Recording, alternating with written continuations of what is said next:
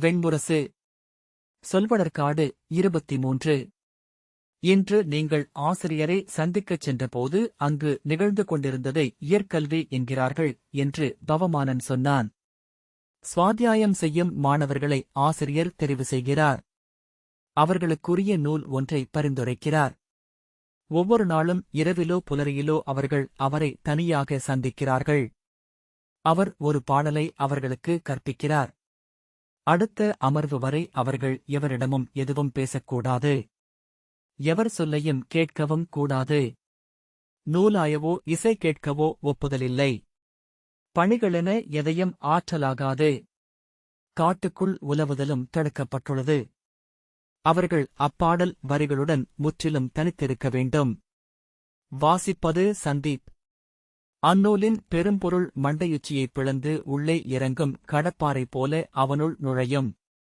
ஆனால் அதன் நுண்பொருள் கருவறைக்குள் விந்து என அறியாது புகுந்து உறையும். மானுடனை நூல் முற்றாக மாற்றியமைக்க முடியும் என்பதைக் கண்டிருக்கிறேன். இவ்வாறு கற்ற நூலில் இருந்து மாணவனுக்கு விடுதலை மிக அரிது என்றான் பவமானன். நீர் கற்ற நூல் எது என்றான் அர்ஜுனன். ஐதரேய ஆரண்யகத்தின் 4ஆம் நூல் என்றான் பவமானன். ஓராண்டு காலமாகியது அது என்னை சூழ்ந்து கொள்ள. நான் அதிலிருந்து வெளிவர ஒரு கணம்தான் ஆகியது. பெருமூச்சுடன் அவன் சொன்னான். ஒவ்வொன்றும் கைகளால் ஆற்றக்கூடிய செயல்களாக நிகழ்ந்து கொண்டிருந்தன. ஒவ்வொன்றும் உள்ளத்தால் அடையக்கூடிய பொருள் வழியாக விரிந்து கொண்டுமிருந்தன. ஒன்றில் இன்னொன்றை கண்டடைவதென்பது காலை மலர் இதழ் விரிவது போன்றது. அல்லது முகில்களில் இடி எழுவது போன்றது. அவன் துயர்மிக்க புன்னகையுடன் தலை குனிந்து நடந்தபடி சொன்னான். ஒருவரே என்னில் எழுந்ததை நினைவு கூர்கிறேன். ஆரண்யகம் சொன்னது, 2 வகைக் கயிறுகள் உள்ளன. வலம்புரியும் இடம்புரியும். வலம்புரி சில விலங்குகளைக் கட்டும். இடம்புரி சிலவற்றை. 2 பொறி கயிறுகளும் கையிலிருப்பவன் அனைத்து விலங்குகளையும் கட்டுகிறான். அப்போது கயிறு திரித்துக் கொண்டிருந்தேன். கைநடுங்கி இழைகள் தரையில் விழுந்துவிட்டன. இருபொறியில் எதுவானாலும் அது கயிறே. ஆனால் அது குறிப்பதென்ன, மறுபொறியா அவிழ்பொறியா? அன்று பித்தெடுத்தவனாக காட்டுக்குள் ஓடினேன். கொதிநீர் விழுந்தவன் இன்னது செய்வதென்று அறியாமல் அலறியபடி அங்குமிங்கும் அலைக்கழிவது போலிருந்தேன். பின்னர் எங்கோ சொல்லென இன்னமும் நான் ஆக்கிக் கொள்ளாத என் அறிதலை சென்றடைந்தேன் என்றான் பவமானன். பிறிதொரு முறை ஆசிரியர் எனக்கு சொல்லுரைத்துக் கொண்டிருந்தார். இந்நாளை அவன் எனப் பாடித் தொடங்குவோம் என்றார். அவன் எனும் சொல்லே பிரம்மம். அதை நாமுரைக்கையில் அவன் ஆணென ஆகிறான். அவன் எனும் அச்சொல் பெண் என ஆகிறது. அவர்கள் முயங்கி மைந்தரை பெற்றெடுக்கிறார்கள் என்று அவர் சொல்லிக் கொண்டிருந்த கணம் நான் வேள்விச்செயல் என்றால் என்ன என்று கண்டுகொண்டு மெய்ச்சிலிர்ப்படைந்தேன். பவமானன் சொன்னான்.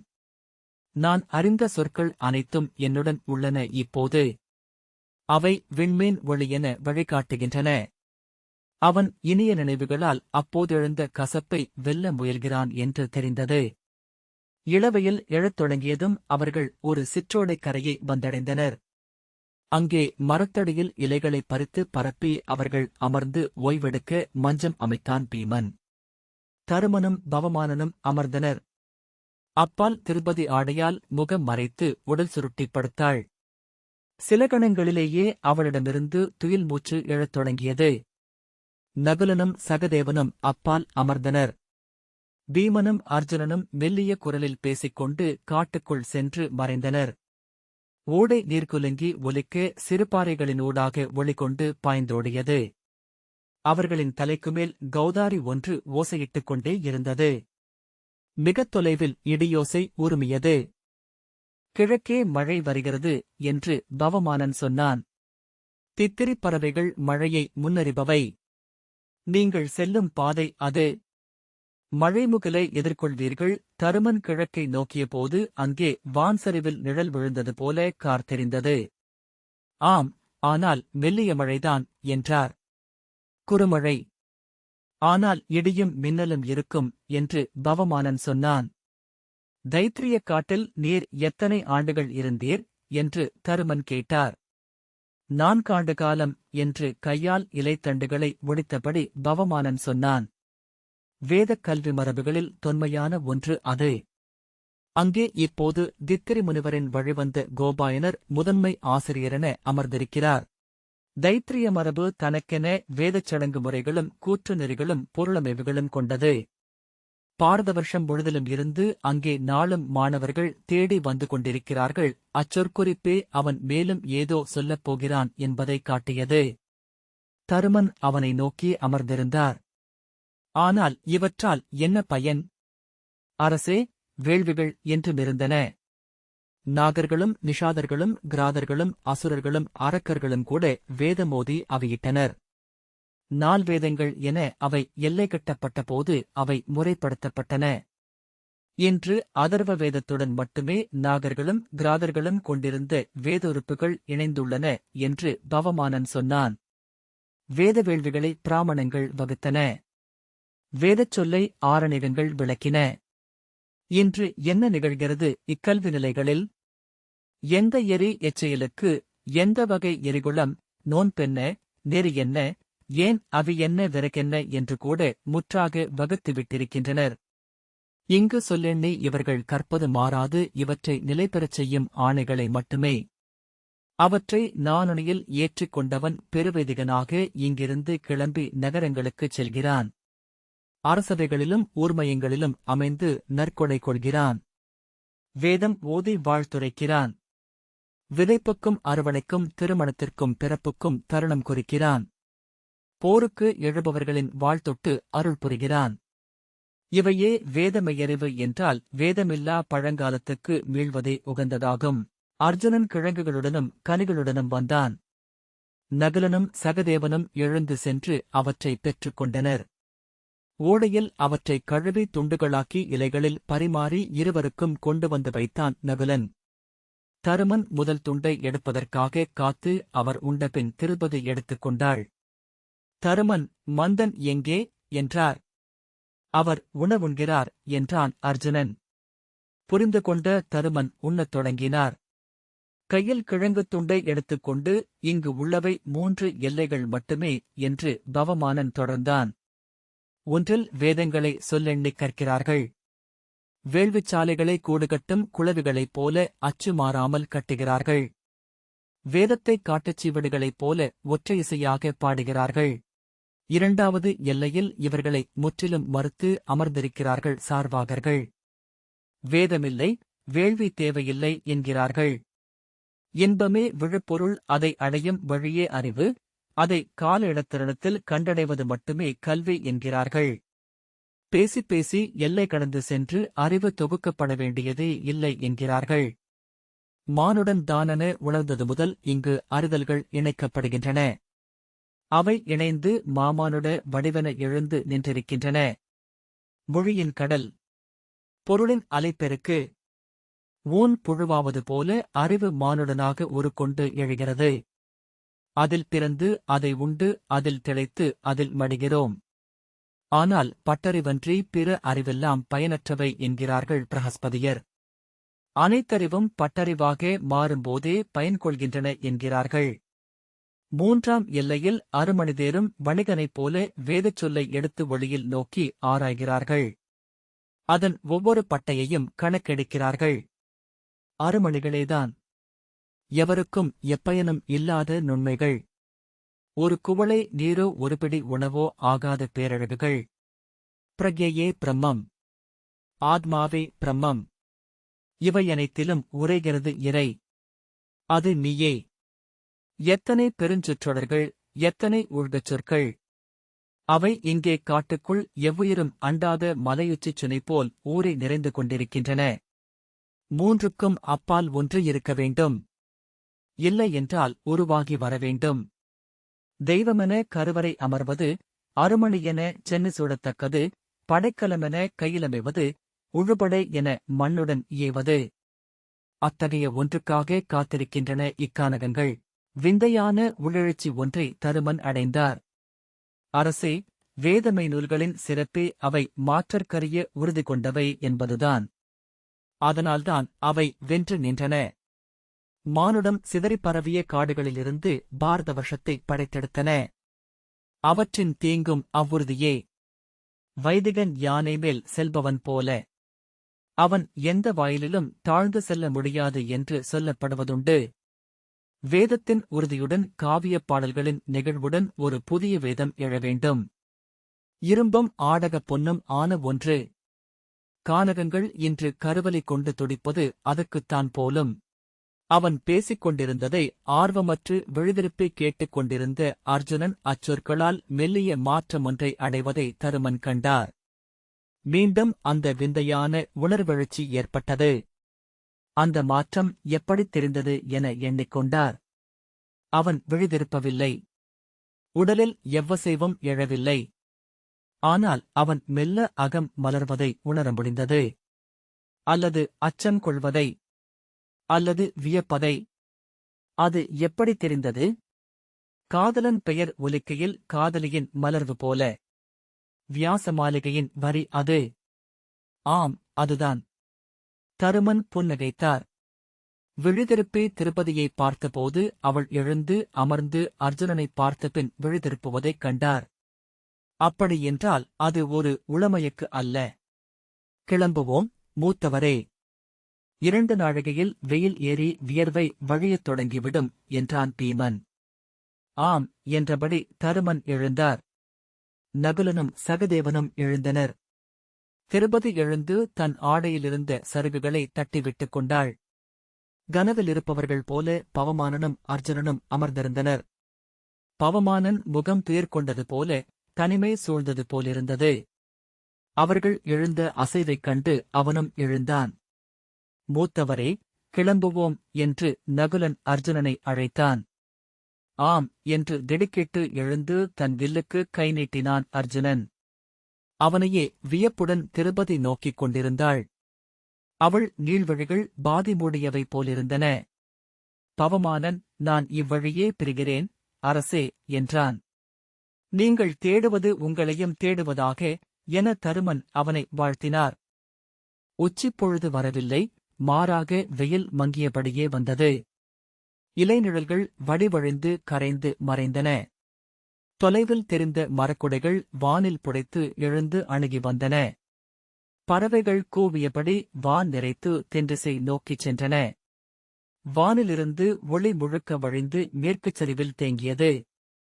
கிழக்குத் திசையில் சிரிந்திருந்த கருமை மேலேறிக் கொண்டே வந்தது. அதன் பரப்புக்குள் மின்னல்கள் துடிதுடித்தன. களிறு உருமுவது போல தொலைவில் இடி ஒலித்தது. மந்தா, எங்கேனும் ஓரிடத்தில் அமைந்து இந்த மழையை எதிர்கொள்வோம். புயலும் உள்ளதென எண்ணுகிறேன் என்றார் தருமன். ஆம், பருவம் தவறிய மழை. இடியும் புயலும் இருக்கும் என்றான் நகுலன். பீமன் சுற்றும் பார்த்த பின்னர் அந்த பாறை இடுக்குக்குள் நின்று கொள்ளலாம், மூத்தவரே என்றான். ஆம், புயல் மழையில் பக்கவாட்டு நீர்க்காற்றே சாட்டைகள் என அறையும். பாறை இடுக்கு பாதுகாப்பானதே என்றான் சகதேவன். அவர்கள் அந்த பாறை இடுக்கை அடைந்ததும் பீமன் ஒரு கணம் என்று அவர்களை தடுத்தான். பாறைச்சரிவில் தொற்றி ஏறி மேலே உரிந்த பொறுக்கென பிளந்து நின்ற பாறையை அணுகினான். அதைச் சுற்றி வந்து பார்த்தபின் குதித்து அப்பால் நின்றிருந்த மரக்களை ஒன்றை உடைத்து தன் இடைக்கத்தியால் செதுக்கி எடுத்துக் கொண்டு மேலே சென்றான். என்ன செய்கிறான் என்றார் தருமன். பீமன் அந்தக் கிளையை நெம்புகோலாக்கி பாறையுருவை பிளந்து மேலெழுப்பினான். பிளந்துவிட்டான் என்றார் தருமன். அவன் தோள்வல்லமை சில தருணங்களில் எனக்கே அச்சம் அளிக்கிறது. பிளந்த பாறையை சரிவில் மிக மெல்ல உந்தி கீழிறக்கிக் கொண்டு வந்து அந்த பாறைப் பிளவை நோக்கி திருப்பியதுமே அவன் செய்யப்போவதென்ன என்று அவர்களுக்கு புரிந்துவிட்டது. அந்தப் பாறைப் பலகையை பிளவுக்கு மேல் கூரை என அமைத்தபோது அது ஒரு சிறு குகை என்றாகியது. மேலிருந்து நீர் வழிந்து வரக்கூடும். அந்தப் பாதையை திருப்பிவிட்டு வருகிறேன் என்றான். இனிய சிறு வீடு. வேதங்கள் பெறப்பட்ட அத்தொல்காலத்தில் இப்படித்தான் வாழ்ந்திருப்பார்கள் என்றார் தருமன். அவர்கள் அதற்குள் சென்று அமர்ந்தனர். தொலைவில் இடியோசை கேட்டது. காற்றில் குளிர் பெருகியது. மெல்லிய மின்னலில் எதிரே இருந்த பாறை நிறம் மாறி துடித்து மீண்டும் கருமை கொண்டது. ஏதோ பறவையொன்றின் குரல் வாழ்வீசும் ஒலி போல் எழுந்தது. புழுதியும் சருகுத்தூளும் மலர்பொடியும் அள்ளிக் கொண்டு வந்த காற்று அவர்களை மூடி கடந்து சென்றது. திருப்பதி ஆடையை நன்கு சுற்றிக் கொண்டு தூசியை துப்பினாள். மண்மணம் என்று தருமன் சொன்னார். நினைவிருக்கிறதா, இளையோனே? முன்பு இத்தகைய ஒரு பொதுமழையில் நாம் கங்கைக்கரை காட்டில் ஒரு மரப்பொந்தில் அமர்ந்திருந்தோம். இதேபோல நகுலன் புன்னகைத்து, ஆம், அப்போது மிகச்சிறிய உடல் கொண்டிருந்தோம். ஒரு சிறுமரப் பொந்துக்குள் ஐவரும் அமர முடிந்தது என்றான். சகதேவன், பின்னர் சாலவனத்திலும் ஒரு குகைக்குள் மழைக்கு ஒதுங்கினோம். அன்று அன்னை உடனிருந்தார் என்றான். தருமன் முகம் மலர்ந்து அந்நினைவுக்குள் ஆழ்ந்து சென்றார். அன்னை மழையைக் கண்டு அஞ்சியதை நினைவு கூர்கிறேன். அவர் முகம் சினந்தது போலிருந்தது. பின்னர் அழுவது போல் ஆகியது. ஆனால் மழைத்தூவல்கள் வருடி உடல் குளிரத் தொடங்கிய போது அன்னையின் முகம் அறியாது மலர்ந்தது. கைநீட்டி குகை வாயிலில் பொழிந்த நீர்ச்சரடுகளை அடைந்தார். காலால் சேற்று நீரை மிதித்து கலக்கினார். பின்னர் சிறுமியைப் போல் துள்ளம் குரலில் இமைகள் படபடக்க அவர் இளமை கொண்டாடிய மதுவனத்தின் மேய்ச்சல் காடுகளைப் பற்றி சொல்லத் தொடங்கினார். அன்னையை அதுபோல பின்னரும் கண்டதில்லை. அவரும் அவர் தமையன் வசுதேவரும் கன்றுகளை ஓட்டிக் கொண்டு செல்லும்போது நாகங்கள் குறுக்காக கடந்து செல்வதையும் அவற்றை மணம் கொண்ட முதற்பசு பெருமூச்சு விட்டு விழியுருட்டி நின்றுவிடுவதையும் அதன் மூச்சிலிருந்தே அவர்கள் உய்த்துணர்ந்து நாகத்தை அடையாளம் காண்பதையும் சொன்னார். மழை வருவதை காற்றின் ஈரவெம்மையிலிருந்தே உணர்ந்து பசுக்கள் கரிய மூக்கு வியர்க்க தலை தூக்கி காத்து நின்றிருப்பதையும் குளிர்காற்று மண்மணத்துடன் மரங்களை சுழற்றியபடி சூழ்வதையும் இலைகள் மேல் துளிவிழும் கொந்தளிப்பையும் நாமே பார்ப்பது போலிருந்தது என்றார் தருமன். அப்போது உண்மையிலேயே அக்குகைக்குள் நாகம் ஒன்று நுழைந்தது. அரச பெருநாகம் என்றான் நகுலன். திடுக்கிட்டது போல தருமன் அவனை திரும்பிப் பார்த்தார். அன்னைதான் அதன் மணத்தை முதலில் அறிந்தார். அது என்ன மணம், மூத்தவனே, அது என்ன மணம், மந்தா, அந்த மணம் என்ன என்று பதறினார். மூத்தவர் குனிந்து கீழே கிடந்த கற்பாளங்களை பெயர்த்தபோது சீறியபடி அவர் இடையளவுக்கு படம் விரித்து எழுந்தது. இருவிழிகளும் இருளில் அனலெனச் சுடர்ந்தன. அதன் வலப்பக்கப் பாறையை மிதித்து அது சீறி திரும்புவதற்குள் கழுத்தைப் பற்றி கையில் சுருட்டி எடுத்தார். அவர் கையளவுக்கே அதன் உடலும் இருந்தது. இறுகிய தசைச்செறிவு போல மின்னியபடி அது அவர் பிடியில் நெளிந்தது. அதன் நா எழுந்து பறந்தது. ஆம் என்றபடி தருமன் தலை குனிந்தார். அன்னை அதை விட்டுவிடு மந்தா, இது என் ஆணை என்று கூவினார்.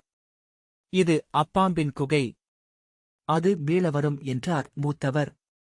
வீசுங்கள் அதை. மழைக்குள் சென்றபின் மீளாது என்று இளையவர் சொன்னதும் மூத்தவர் மழைச்சரடுக்கு அப்பால் அதை எறிந்தார். ஒரு வளைவு மட்டுமே தெரிந்தது. மறைந்து விட்டது என்று நகுலன் சொன்னான். அதன்பின் அன்னை பேசவில்லை. அவரிலிருந்து விரிந்தெழுந்த அனைத்தும் மீண்டும் உள்ளே புகுந்து கொண்டன. அந்த மழை 4 நாழிகை பொழுது சூழ்ந்து பெய்தது. ஓய்ந்து துளித்தபோது நாம் கிளம்பினோம். அன்னை ஓர் அசைவென மட்டுமே நம்முடனிருந்தார். மீண்டும் அவர் குரலை நாம் கேட்க 7 நாட்கள் ஆயின. தருமன் அவனையே நோக்கிக் கொண்டிருந்தார். மீண்டும் ஒரு புழுதிச்சுழல் எழுந்து அவர்களை மூடி கடந்து சென்றது. அதில் வண்ணத்துப் பூச்சிகளும் கலந்திருந்தன. குளிரத் தொட்டவை மழைத்துளிகள் என பின்னர் கைதூக்கி நோக்கியபோது தெரிந்து கொள்ள முடிந்தது. எதிர்பாரா கணத்தில் விழிகளை வெண்மையால் மூடி மின்னல் எழுந்தடங்கியது. குருதிப்புள்ளிகள் ஒளிரும் கண்களுடன் தருமன் பர்ஜன்யனை புகழும் வேத மந்திரத்தை சொல்லத் தொடங்கினார். செவிகளைக் கடந்து சித்தத்தையும் நடுங்கச் செய்தது இடியோசை. எங்கு சென்றிருக்கிறான் மந்தன் என்றார் தருமன் அமைதியின்மையுடன். வருவார் என்று சகதேவன் சொன்னான். அவர் கொண்டாடும் தருணங்கள் இவை. மூத்தவரே, அர்ஜுனனும் திருபதியும் ஆழ்ந்த அமைதியுடன் இருப்பதை தருமன் உணர்ந்து திரும்பிப் பார்த்தார். ஒரே கணத்தில் இருவர் விழிகளையும் நோக்கிவிட்டு திரும்பிக் கொண்டார். இங்கும் நாகம் வாழக்கூடும் என்றான் நகுலன். இங்கு மேலே கூரையில்லை. அது நீர்ப்புகா இடங்களிலேயே வாழும் என்றான் சகதேவன். மின்னல்களும் இடியோசையும் பழகிவிட்டிருந்தன. அரைந்து மூடப்போகிறது என எதிர்பார்த்த மழை யானை நடையில் மெல்ல அணுகியது. மழைத்துளிகள் மிகப் பெரிதாக இருந்தன. அவை விழுந்த அறைதலில் இலைகள் துடித்து உதிர்ந்தன. ஓசை அவர்களை முழுமையாக மூடிக்கொண்டது. மான்குழம்பு மழை என இதற்குப் பெயர் என்று தருமன் எவரிடமென்றிலாது சொன்னார். மழைக்குள் இருந்து பீமன் கையில் ஒரு கூடையுடன் ஓடி வந்தான். பெரிய உடல் கொண்டவன் காற்றென ஒழுகி வருவதை எப்போது பார்த்தாலும் எழும் விந்தையுணர்வை தருமன் அடைந்தார். மடம்புக்குள் நுழைந்து தன் உடலை பொருத்திக் கொண்டான். அவர்களின் உடல் வெம்மையால் அவன் உடலில் வழிந்த நீர் ஆவியாகிச் சூழ்ந்தது. எங்கிருந்தாய் என்றார் தருமன். என்ன அது என அக்கூடையை நகுலன் எடுத்தான். காட்டுக்கொடிகளால் பீமனை பின்னிய அக்கூடைக்குள் கிழங்குகள் இருந்தன. நன்று என்று தருமன் சொன்னார். இந்த மழை எவ்வளவு நீடிக்குமெனத் தெரியவில்லை. பசிக்கும் என எண்ணிக்கொண்டிருந்தேன். நகுலன் கிழங்கை எடுத்து தருமனுக்கு அளித்தபின் திருபதிக்கு அளித்தான். அவர்கள் கிழங்குகளை உண்ணத் தொடங்கினர். மழைக்குள் மின்னல்கள் ஊடுருவி நிறைந்து மறைந்தன. ஒவ்வொரு மழைத்தாரையும் கண்கூசும் வெண்பளிங்கு விழுதென தெரிந்தடைந்தது. தருமன் வேதமை பொருளின்படி இறைவன் விண்ணிலிருந்து வந்தவன். ஆதித்யர்களுக்கு ஒளியை அளிக்கும் முதற்பேரொளியின் மைந்தன் அவன் என்றார். காலமறியா நெடுங்காலம் இப்புவியின் உயிர்கள் இரவுகளில் குளிரில் நடுங்கிக் கொண்டிருந்தன. நோய்களில் அவை செத்துக் குவிந்தன. இருளை அஞ்சிய உயிர்கள் அன்னை புவியை வணங்கி மன்றாடின. அன்னை விண்ணோக்கி ஏங்கினாள். ஒருநாள் விண்ணில் வாழ்ந்த செந்நிற ஆதித்யர்களில் ஒருவன் அம்பு போல மண்ணை நோக்கி வந்து புதைந்து ஆழத்தில் மறைந்தான். அன்னையின் கருவில் அவன் வளர்ந்தான். 1000 ஆண்டுகாலம் அன்னை வயிற்றில் வாழ்ந்தமையால் அவன் மாதரஸ்வான் என அழைக்கப்பட்டான். சிறிய செந்நிற ஈரலை தளிர்விட்டு அவன் எழுந்தபோது அவனைக் கண்டு உயிர்கள் அஞ்சின. அவன் ஆராய்ச்சினம் கொண்டவன். உண்ணப் பெருகும் பசி கொண்டவன். நாவே உடலென்றானவன். அந்திப் பொன்னொளி வண்ணத்தவன். ஆனால் அவியளித்துப் பேணும்போது இளங்கன்று போல நமக்கு இசைபவன். செந்நிற வழிகாட்டிப் பறவை. செம்முனை கொண்ட வேல்படை. நம் முன்றிலில் விரிந்து தீரா பொன்மலர். நம் அடுமனைகளில் சோர்வுறாத பணியாளன். எப்பொருளாலும் தூய்மை கெடாதவன் என்பதனால்